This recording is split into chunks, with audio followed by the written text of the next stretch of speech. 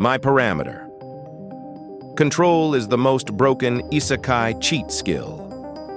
In a world full of heroes with godlike powers and monsters that could level mountains, my special skill was supposed to be for support. At least that's what they told me. But what happens when your support skill lets you control the very parameters of existence? When you can look at a dragon's attack power 9999 and just drag it down to 1? Or turn a simple villager's defense 10 to literally invincible? This is the story of how my ability to edit reality became the most broken cheat skill imaginable, and how it's threatening to tear apart everything I'm trying to protect. My name was Kenji, and my old life was about as thrilling as debugging 10,000 lines of code just to find a single misplaced comma. Yeah, I was a software tester, and my career ended thanks to the classic Isekai starter pack, Truck Kun. I figured I'd see a game over screen, but instead, I woke up staring at a sky with 3 moons, and the air smelled like magic. So I'd been reincarnated. Cliché, I know.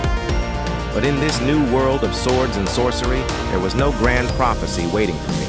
No legendary sword, just this constant feeling that something was fundamentally buggy. I was given just one unique skill: parameter control. At first, I thought my skill was a total joke. While the real heroes were off learning how to roast goblins with massive fireballs, I was just staring at a floating menu that only I could see, showing me the stats of everything. A rock had hardness, 15.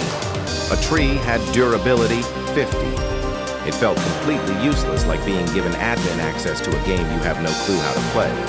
I quickly learned that using it cost mana, and any changes I made were temporary, lasting longer or shorter depending on how big the edit was. I couldn't just make myself a god. The system had its limits, or so I thought. My first real test was pathetically simple. I was hungry. I spotted a piece of fruit way up in a tree. Instead of climbing, I targeted a little pebble on the ground and just tweaked its kinetic force from 0 to 200 for a split second. The pebble shot up like a bullet and knocked the fruit right into my hands. That's when it hit me.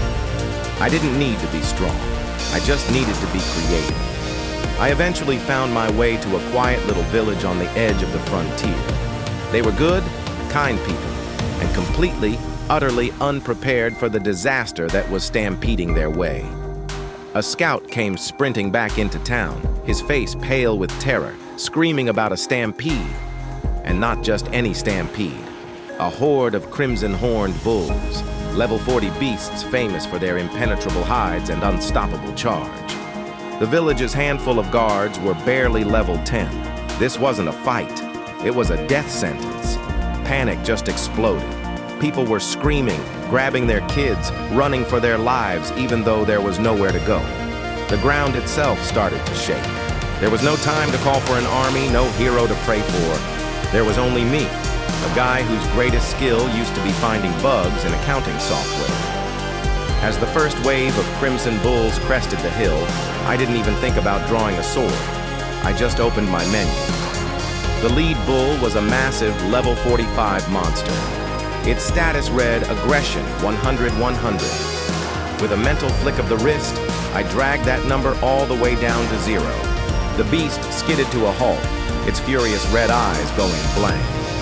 It looked around, completely bewildered, and then just trotted off to sniff a flower, throwing the entire charge behind it into chaos.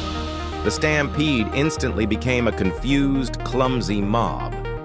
Next, I targeted the whole herd's stamina parameter and dropped it by 90%. One by one, the mighty bulls slowed, stumbled, and then just collapsed from sheer exhaustion. A few were still pushing through, though. So I turned to the terrified villagers.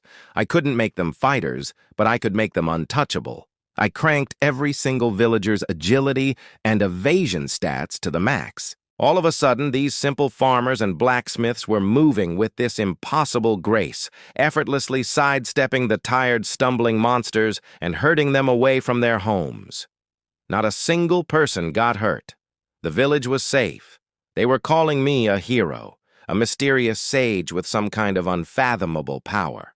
But that night, I noticed something deeply disturbing. The patch of land where the bulls had collapsed just felt wrong.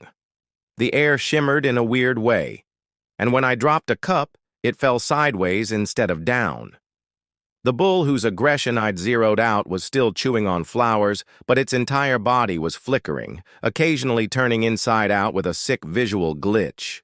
I had treated this world like a game, changing its code to get the result I wanted. But this isn't a game. It's a reality, and my edits were leaving scars. I realized my power didn't just change parameters. It bent and warped the very fabric of this place, and the strain was starting to show. I saved the village, sure, but I think I may have just introduced a world-breaking bug that I have no idea how to fix.